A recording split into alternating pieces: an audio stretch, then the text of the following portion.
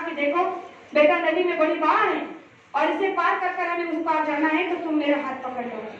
अब जैसे भक्त से कहा तो वो चुपचाप खड़ा रहा। उन्होंने एक बार कहा, 2 बार कहा कि तुम मेरा हाथ पकड़ लो, तुम मेरा हाथ पकड़ लो, उसने हाथ को पकड़ा नहीं।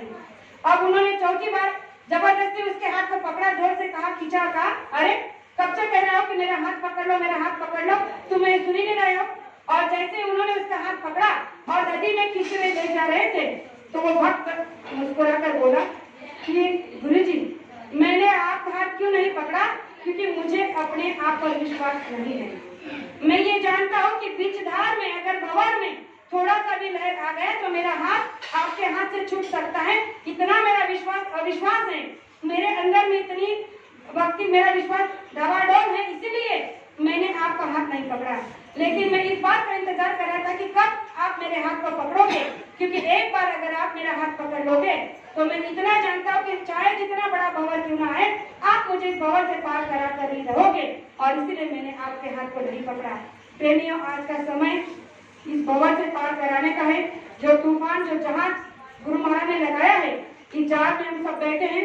इस तूफान से निकलने के लिए गुरु का हाथ हमने पकड़ा है, तो उसे गुरु का हाथ हमने नहीं पकड़ा है, गुरु महाराज ने हमारे हाथ को पकड़ा है, तो इसे पकड़े रहने दो। अगर आपने जिसने छोड़ दिया है, समझ लेना कि उसने कुछ पकड़ा था, गुरु ने उसे पकड़ा ही नहीं था।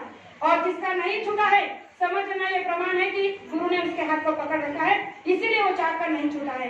तो ज्यादा कुछ ना कहते हुए आज की इस गुरु नानक जयंती पर मैं इतना कहना चाहूंगी कि गुरु दक्षिणा में मैं आज गुरु महाराज को इतना ही दे सकी कि आज के दिन मुझे नाम का दान मिला था, मेरा पुनर्जन्म हुआ है, मेरा नया जन्म हुआ है, तो आज मैंने गुरु दक्षिणा में कुछ सच बातें रखकर गुरु को अपनी गुरु दक्षिणा भेंट की है।